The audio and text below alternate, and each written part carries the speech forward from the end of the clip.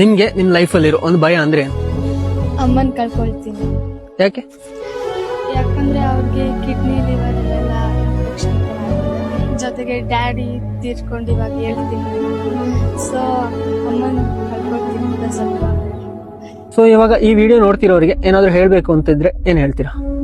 ನಮ್ಮ ಮನೇಲಿ ನಾನು ನನ್ನ ತಮ್ಮ ಮಾತ್ರ ಇರೋದು, ಅಪ್ಪ ತೀರ್ಕೊಂಡಿದ್ದಾರೆ. ಸೊ ಈ ವಿಡಿಯೋ ನೋಡೋರು ಏನಾದ್ರು ಸಹಾಯ ಮಾಡೋಕ್ಕಾದ್ರೆ ಮಾಡಿ. ನಮ್ಮ ಅಮ್ಮಂಗೆ ಹುಷಾರಿಲ್ಲದೆ ಆಗಿ ಇವಾಗ ಸುಮಾರು ಟೈಮ್ ಆಯಿತು. ನಮ್ಮ ಮಮ್ಮಿನ ಉಳಿಸ್ಕೊಡಿ ಅಂತ ಕೇಳ್ಕೊಳ್ತೀನಿ ಎಲ್ಲರಿಗೂ. ನಮ್ಮ ಮಮ್ಮಿನ ಮೊದಲಿನ ಥರ ಮಾಡಿಕೊಡಿ ಅಂತ. ಅಪ್ಪ ತೀರ್ಕೊಂಡು ಇವಾಗ 7 ತಿಂಗಳಾಗಿದೆ. ಅಪ್ಪ ಇದ್ದಿದ್ರೆ ಹಿಂಗೆ ಆಗ್ತಿರ್ಲಿಲ್ಲ. ನನಗೆ ಮಧ್ಯರಾತ್ರಿ ಎಲ್ಲ ಚೆಸ್ಟ್ ಪೇನ್ ಎಲ್ಲ ಬಂದ್ಬಿಡುತ್ತೆ.